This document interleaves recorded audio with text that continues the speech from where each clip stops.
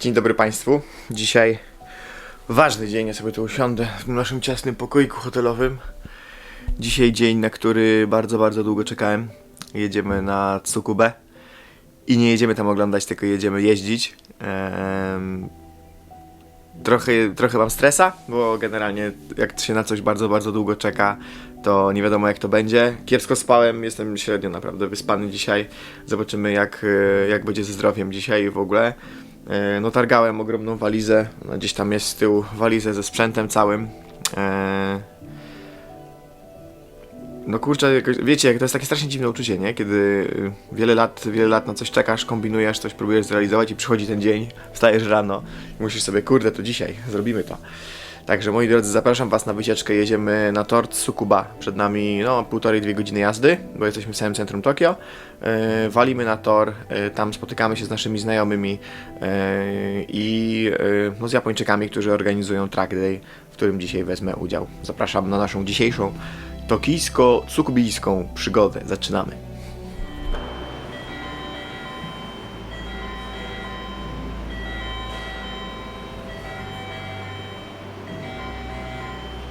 Moi drodzy, zanim dojedziemy na tor Tsukuba, jestem Wam winny troszeczkę wyjaśnień na temat tego, dlaczego ten wyjazd jest dla nas taki niesamowity, dlaczego jest on czymś unikatowym, wyjątkowym. Tak naprawdę wszystko zaczyna się mniej więcej dobrych 7-8 lat temu, kiedy wszyscy nasi znajomi zaczęli jeździć do Japonii. Wiadomo, że jak wszyscy związani z japońską motoryzacją też bardzo chcieliśmy do Japonii pojechać. Natomiast pomyślałem sobie, skoro wszyscy moi znajomi drifterzy driftują, jeżdżą do tej Japonii, będą upalać swoje samochody, no to w mojej głowie już wtedy, z racji tego, że jeździłem po torze, pojawił się taki koncept, że jeżeli pojadę do Japonii, to chciałbym pojechać tam się ścigać. No wiadomo, że każdy z nas kierowców, timeatakowców patrzył przez całe życie na taki tor jak Tsukuba. Zrobiłem wtedy jakby szybkie rozeznanie, dochodzenie jak to jest, żeby tam sobie pojeździć. No i zderzyłem się już w okolicach 17-18 roku, zderzyłem się właśnie wtedy z taką informacją, że absolutnie nie ma możliwości tam jeździć, jeżeli nie znasz płynnie języka japońskiego, bo żeby jeździć po Tsukubie, musisz dać tam specjalną licencję, czy w ogóle, żeby przejść nawet odprawę poranną, musisz znać język japoński, jakby nie jest dla nich mile widziany ktokolwiek, kto po japońsku nie mówi. Lata mijały i faktycznie potwierdzała się ta teoria, czyli nie pojawiał się na Tsukubie przez wiele, wiele lat nikt, kto jest albo nie jest Japończykiem, bądź nie wiem, nie ma jakichś wielkich kontaktów. Tak naprawdę ja praktycznie przez wiele lat nie widziałem nikogo, żeby tam jeździł, co tylko utwierdziło mnie w przekonaniu, że jeżdżenie tam nie będzie możliwe, a jak coś jest niemożliwe, to wiadomo, że małymi takimi krokami staje się po prostu ogromnym marzeniem, niczym wejście na Everest. No i to mniej więcej 2-3 lata temu na Tsukubie jeździł taki znany youtuber Dustin Williams ze Stanów. Ogarnął to, podejrzewam, poprzez sieć kontaktów. On tam dość dużo w Japonii spędził czasu, dużo znajomych i tak dalej. I udało mu się tam pojeździć na jednym z eventów. A drugą osobą w historii, o której słyszałem, że jeździła, to w zeszłym roku taki znany kierowca wyścigowy, time-atakowy Ferraz Quartumi, który jeździ korwetą. Zaraz po finale World Time Attack Challenge w Sydney wystartował na Tsukubie. No i w zasadzie tak sobie pomyślałem, kurczę, tylko dwóch jest, jakby udowodnili, że się da, więc musi być sposób. Wiem, że obaj oni po japońsku nie mówią, więc sposób jakiś musi być. Może jest to kwestia poznania odpowiednich ludzi. Natomiast tak naprawdę wszystko zaczęło się od kompletnego przypadku, od Instagrama. Od jednego posta na Instagramie. Gdy kupiłem sobie Porsche 981, to zacząłem obserwować po prostu na Instagramie innych ludzi, którzy mają taki samochód jak mój. I zacząłem wpisywać sobie hashtagi tam 981 Cayman i tak dalej. I kiedyś z hashtaga właśnie związanego z Porsche takim jak moim, z Caymanem, wyświetlił mi się Cayman praktycznie identyczny jak mój, który jeździ po torze Tsukuba w Japonii. I patrzę, wow, ktoś ma taką furę jak ja i jeździ po Tsukubie. Wlazłem w profil, okazało się, że nie dość, że jasne, jeździ ktoś Porsche po Tsukubie, to jeszcze okazało się, że to jeździ dziewczyna. W Japonii prawdziwa, 100% Japonka. No i ja specjalnie nie wahając się tam jakoś, po prostu napisałem, podbiłem na DM-a na Instagramie, hej, fajnie, że jeździsz i tak dalej, i tam zagadałem, czy byłaby jakaś możliwość się wkręcić, żeby pojeździć też, ja też mam takie samo auto, to tam podrzuciłem swój profil i tak dalej. No, od słowa do słowa, może kiedyś, i tak dalej, co nie? No ja z racji tego, że miałem parcie, to zacząłem troszeczkę tak nalegać. że czy może dałaby radę pogadać z organizatorem i tak dalej, co nie, że czy może dałoby się to zrobić. Zacząłem tam wysyłać swoje jakieś tam, nie wiem, dokumenty, zdjęcia, filmy dokumentujące to, kim jestem, co robię i tak dalej, że nie jestem jakimś człowiekiem krzakiem.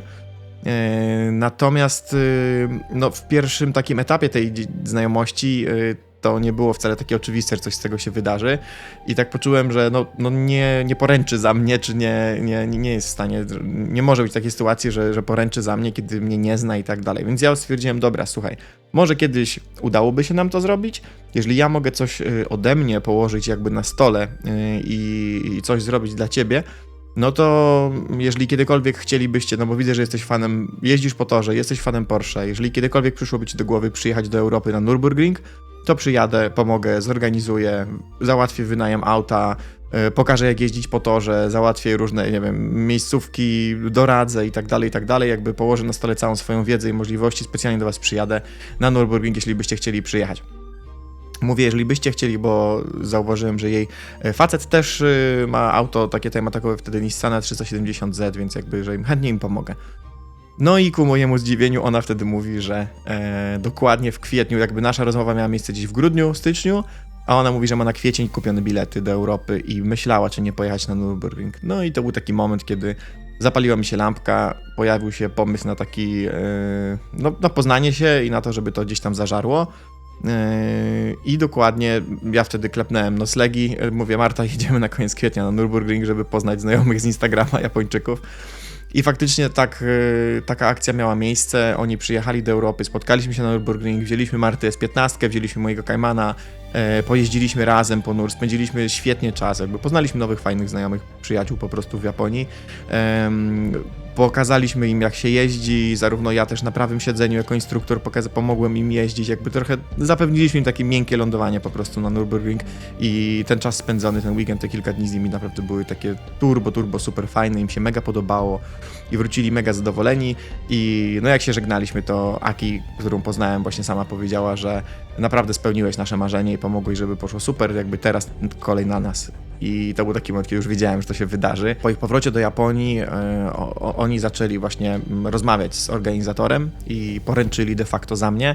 Ja też tam dosłałem swoje dokumenty, licencje i tak dalej, żeby było wiadomo, że jestem prawdziwym człowiekiem i sensownym, żeby mogli jakby przedstawić mnie jako człowieka, który nie tylko tam coś potrafi, ale też jest, który formalnie coś sobą reprezentuje. I organizator się po prostu zgodził, tak? Oni poręczyli za mnie, jakby jako Aki powiedziała, że będzie w razie czego tłumaczem. Było już wiadomo, że będę mógł wziąć udział, pojawiły się pewne daty na jesień i na podstawie tych dat zaczęliśmy planować nasz wyjazd do Japonii, ten jesienny i było już wiadomo, że pojadę. Następnym problemem, który się pojawił, to był natomiast samochód, bo zaczęliśmy przeglądać różnego rodzaju, nie wiem, wypożyczalnie i tak dalej, właśnie ten Omoshiro Rent-A-Car i tak dalej. Niestety wszędzie wszyscy odmawiali absolutnie możliwości wynajmu z użyciem torowym. No, jest to standard chyba na całym świecie. No, rzadko kto, poza wypożyczalniami typowo torowymi, jak na Nürburgring, no to mało kto wynajmuje samochody takie z normalnych wypożyczalni, żeby była zgoda do jazdy na torze. No i tu się zaczęły schody, bo nie za bardzo był pomysł na to, jak dla mnie załatwić samochód, żeby mógł po tym torze jeździć. Natomiast Hideakiemu, czyli facetowi Aki, udało się załatwić, jakby poznał poprzez internet, poszukał i właśnie poznał pana Takamurę, który prowadzi własny warsztat, własny team wyścigowy, zarówno motocyklowy, jak i samochodowy. I ten pan Takamura zgodził się podstawić dla mnie samochód, ponieważ ponownie oni jakby za mnie poręczyli, że jestem legit i że można ze mną współpracować, także dogadaliśmy się co do wynajmu tego samochodu. Oni wszystko za mnie zorganizowali, wszystkie formalności, zarówno udziału w track dayu, jak i z tym panem Takamurą. Ja tylko na maila tam dosłałem, co tam było dodatkowo potrzebne. Przetrzepałem cały internet, nawet się wspomagałem czatem GPT, żeby sprawdzić, komu się udało z takich znanych osób, powiedzmy, czy które się w ogóle w internecie przyznały do jazdy. No to jeżeli moja noga tam stanie, to będę prawdopodobnie trzecim takim, czy to, nie wiem, osobą, która nie chce nazwać siebie influencerem, ale osobą, która cokolwiek publikuje w internecie. Będę trzecią osobą na świecie i prawdopodobnie pierwszym Europejczykiem, który się pochwali, który jeździł, nie znając japońskiego, nie mieszkając na miejscu, który jeździł pod Sukubie. Także to jest no mega wyczyn w ogóle, jeżeli ten dzień się wydarzy. Dla mnie to było coś niesamowitego i do samego końca jeszcze tak nie do końca wierzyłem, że to się uda.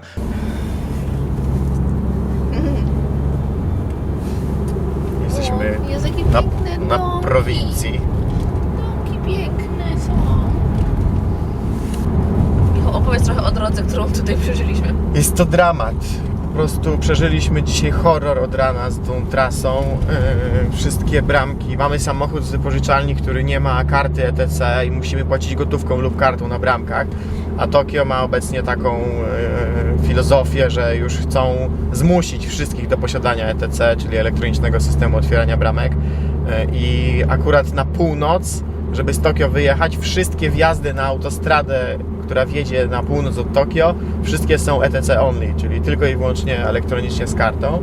I no, mieliśmy poważny problem, żeby w ogóle wydostać się z centrum, nie? Z miasta, no, dramat kompletny, nie? Także droga raptem 80 km z centrum tutaj zajęła nam, to jeszcze w ogromnym stresie, 2 godziny bite, nie? My jeszcze nie jesteśmy na Tsukubie, jeszcze przed nami nie wiem jak daleko mamy, ale Nie, już jeszcze... bliziutko bardzo jest.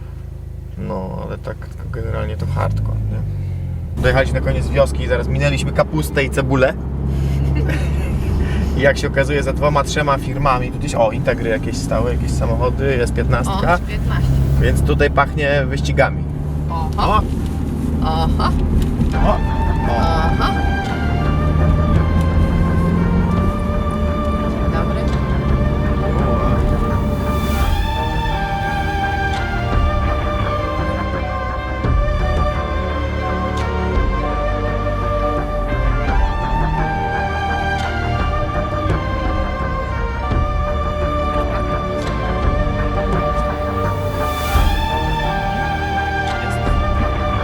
A, tu?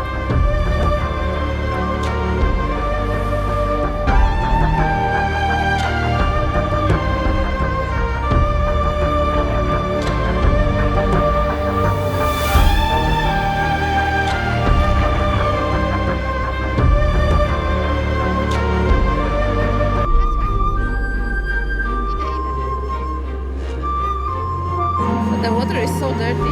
Yeah, I know.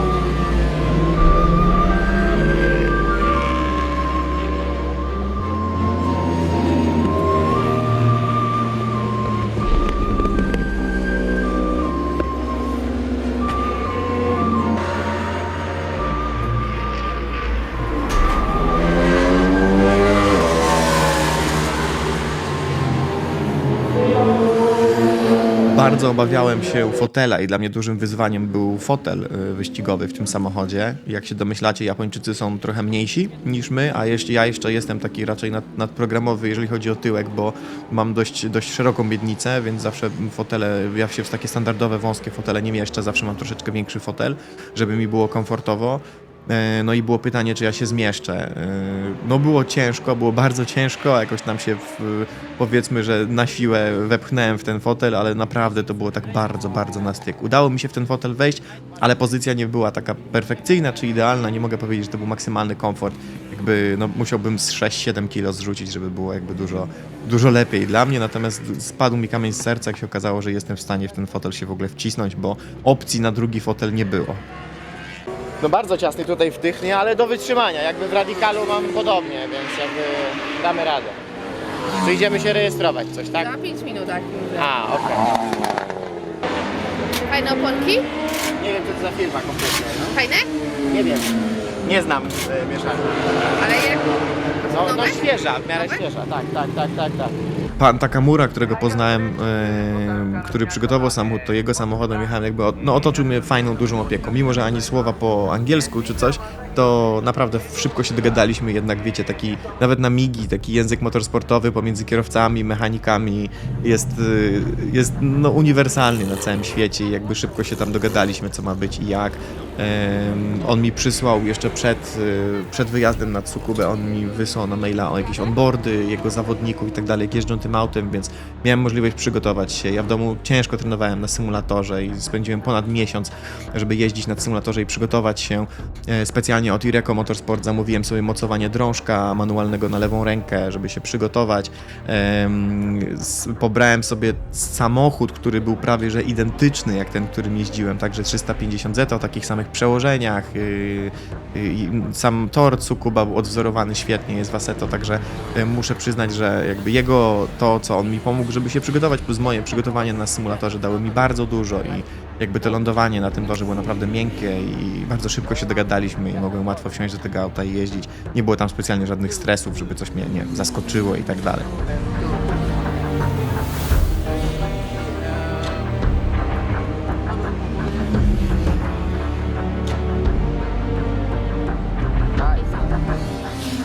Mam nadzieję, że będzie mnie w miarę dobrze słychać, bo trwa jeszcze track day motocyklowy w trakcie, gdy ja to nagrywam teraz. Nie wiem co powiedzieć, generalnie to jest moment, na który czekałem jakby latami. Także jestem trochę jeszcze taki, aż nie mogę w to uwierzyć, co się tutaj dzieje. Tutaj wszyscy pozostali kierowcy są Japończykami, nie ma tu, jestem dzisiaj jedyną osobą, która nie jest Japończykiem, która co więcej nie mówi po japońsku. Wokół samochody, które widzieliśmy tylko na filmach na YouTubie, jest klasa Attack, także tam są takie najbardziej porobione samochody. Są dwie Hakosuki, no naprawdę jest przegrubo, aż nie mogę w to uwierzyć. Za mną widzicie samochód, którym będę jeździł.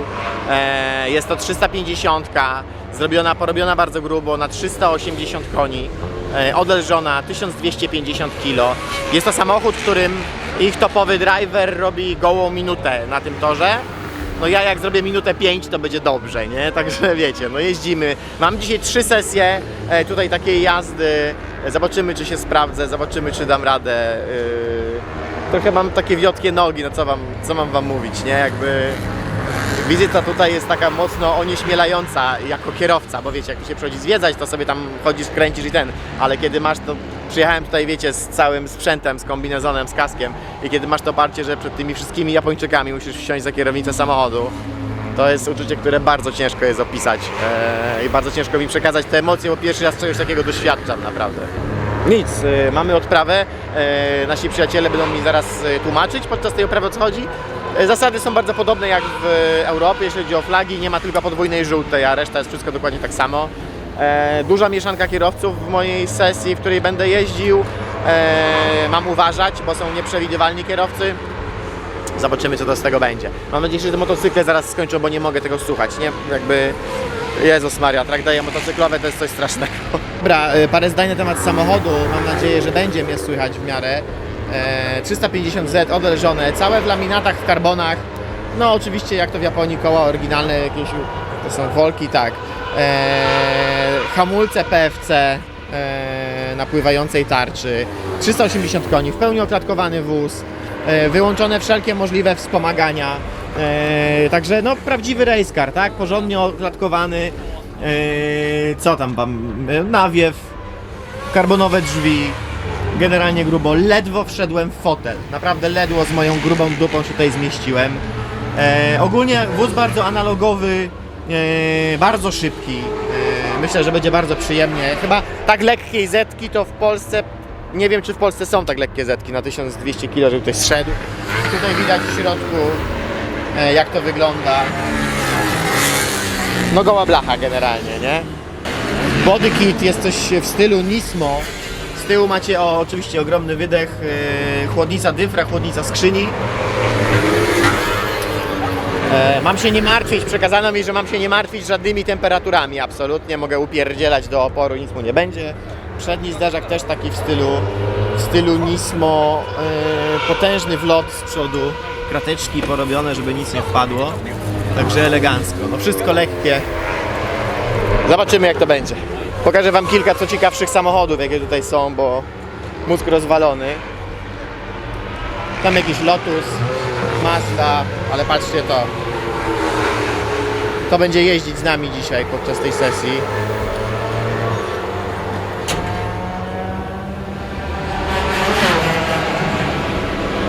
Poszerzony Datsun. Kosmos. Civiczek. Typowy Tsukubowy Civiczek. Zaciski spuna. Ogromne skrzydło na górze, porządne, karbonowe. Skyline, do Skyline'ów to już się naglądałem tyle, ale jest BMK, to jest, słuchajcie, coś, nie uwierzycie. E36 na Tsukubie. To jest dopiero rzadki widok. Słuchajcie, Skyline'y, Supry to ile można, ale E36 chciał uświadczyć? To jest dopiero co.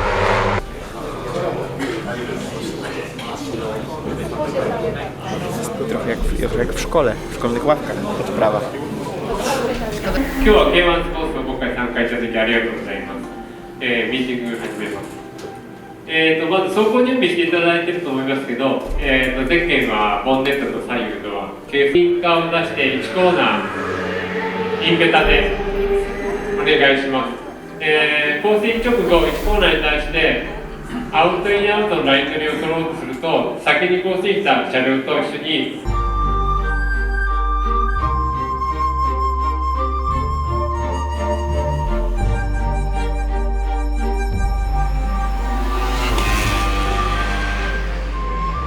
Jest super, ale ten jazgot motocykli czekam aż się skończy, bo po prostu Jeszcze chwilę. Jeszcze chwilę. No. Jak w moment, gdy wyjechałem do tej kolejki i zdałem sobie sprawę, gdzie ja jestem i co ja robię, to było coś, co mi po prostu kepisz w głowie robiło, naprawdę. To był stres i ciśnienie takiego kalibru, że no naprawdę może porównać mogę do tego tylko, nie wiem, w USMP, chyba pierwszą rundę w 24 roku. Z jednej strony człowiek chciałby się cieszyć z tego, że realizuje właśnie swoje jedno z najbardziej nieosiągalnych, niemożliwych marzeń, ale z drugiej strony to jest potężny strach, żeby nie zawieść, potężny strach, żeby nie nawalić, żeby nie odwalić głupoty, żeby nie wpaść w poślizg. Wiem, że wyjeżdżam autem na zimnej oponie, wiem, że muszę tą oponę dogrzać, mam niskie ciśnienie z tyłu, z przodu, jakby nie wiem, czego się spodziewać, nie wiem, jaki jest przyczepny asfalt, nie wiem, jak inni zawodnicy będą się zachowywać, natomiast no, jestem jedynym gaijinem, którego wpuścili i jednym z bardzo niewielu przez wiele, wiele lat, więc zdaję sobie sprawę z tego, że ciężar tej mojej wizyty i tego, co ja jakby pokażę już od pierwszej sesji, jest bardzo duży i no wszystko zależy od tego, co teraz zrobię i jak ta pierwsza sesja będzie wyglądać. Wyjeżdżam, jedynka, dwójka i w głowie zapada cisza. Wszystko jest dokładnie tak, jak miało być.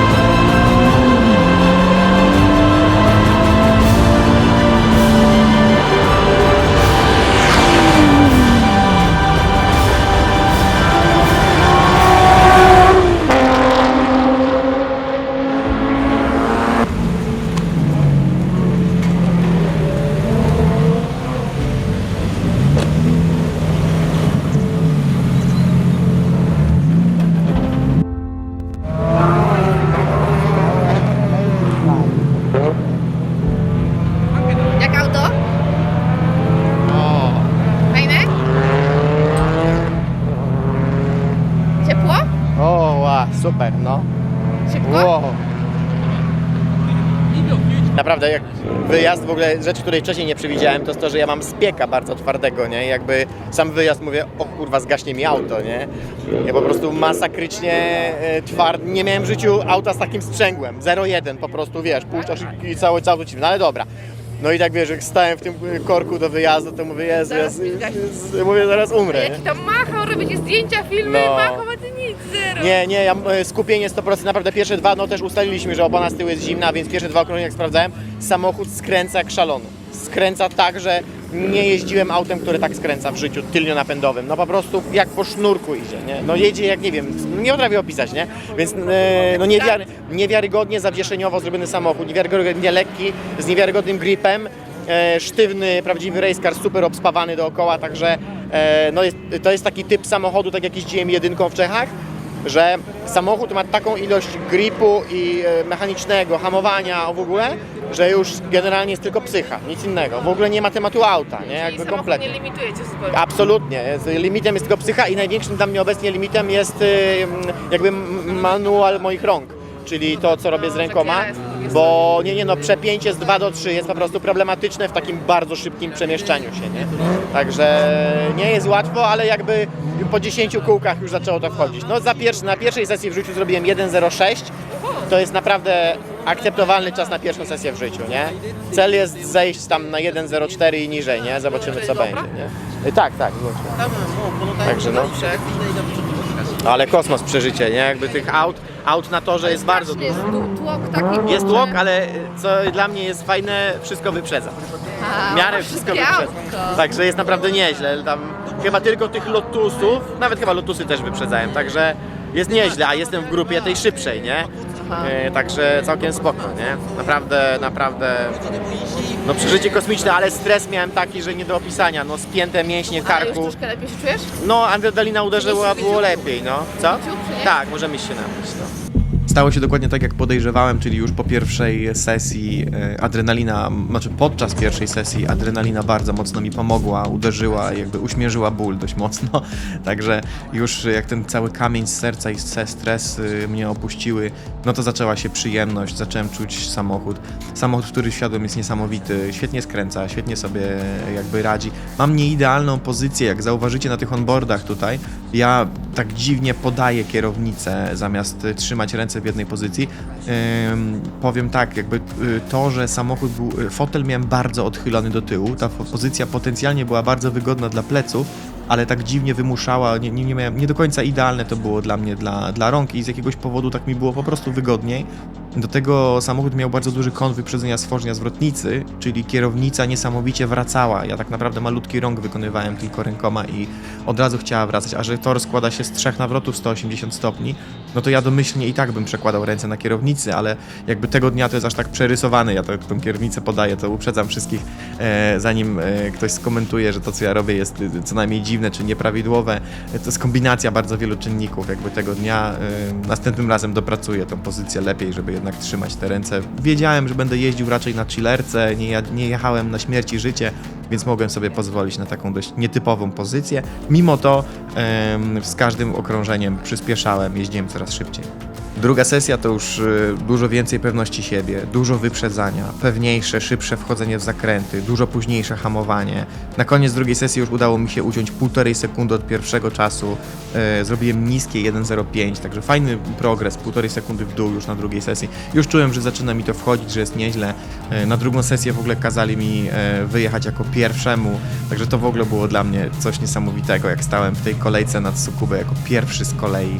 I naprawdę po 3 okrążeniach, które pojechałem jako sam, potem już po prostu wszystkich wyprzedzałem.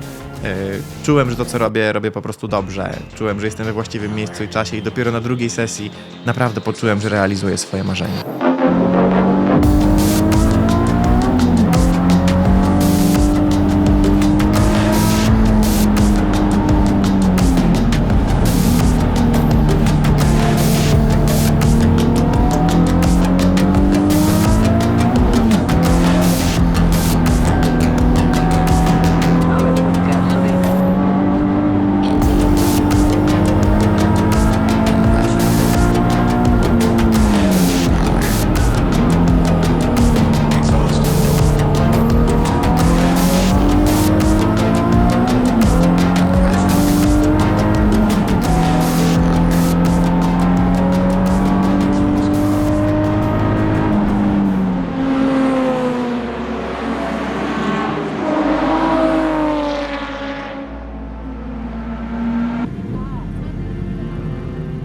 Możliwość bycia tam, możliwość ścigania się, możliwość dowiezienia, nie tego, że nie zawiodłem, wśród Japończyków, którzy tam są, i jakby stania się jednym z nich na Tsukubie, to jest postawienia pierwszego kroku jako społeczność Tsukuby jest nie do opisania. To jest realizacja marzenia, naprawdę top of the top ze wszystkich rzeczy, które w życiu zrealizowałem. To jest rzecz, która ma dla mnie wartość dużo większą niż jakakolwiek materia, niż jakikolwiek samochód, garaże, domy, cudawianki, co można sobie kupić. Zrealizowanie tego marzenia nie ma dla mnie porównania z niczym kompletnie. To jest samorealizacja, to jest udowodnienie samemu sobie, że jestem w stanie po raz kolejny zrobić coś, co wszyscy mi mówili, że nigdy nie dasz rady, że to jest niemożliwe.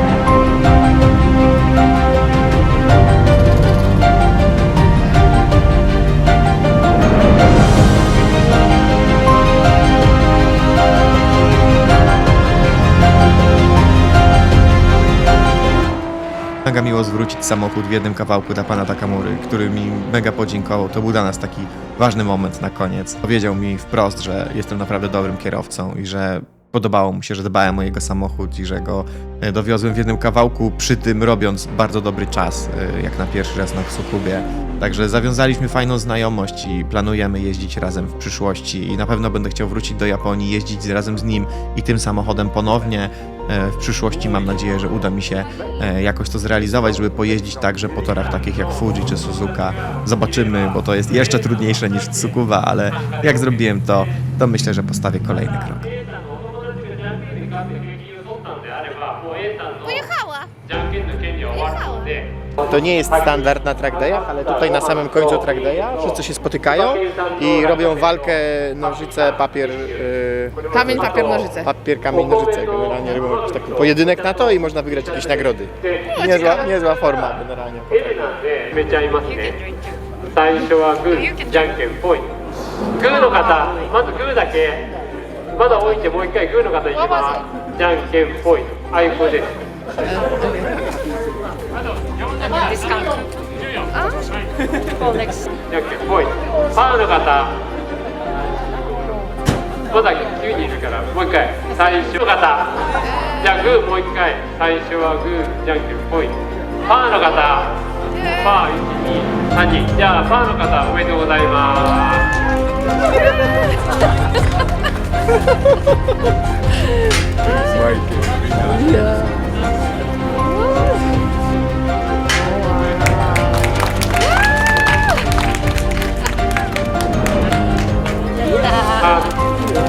最初はグー、じゃんけんぽい。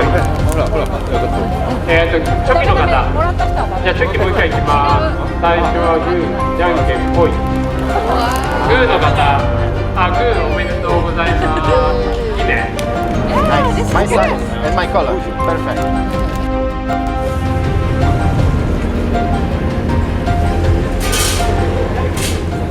Mam ogromną wdzięczność. Jestem strasznie wdzięczny Aki i Hideakiemu za to, że mi w tym pomogli, bo pomogli zrealizować wielkie marzenie. Zrobiliśmy wspólnie coś wspaniałego, spędziliśmy czas i na Nürburgring, i na Tsukubie w Japonii. Mamy przyjaciół w Japonii dzięki temu, oni mają przyjaciół w Europie, tutaj w Polsce. Myślę, że pewnego dnia zobaczycie ich kiedyś na Japfeście, bo na pewno u nas przyjadą. Dla mnie to był naprawdę piękny dzień i niewiarygodne wspomnienie z Tsukuby. Będę chciał tam zawsze wracać i na pewno będę wracał.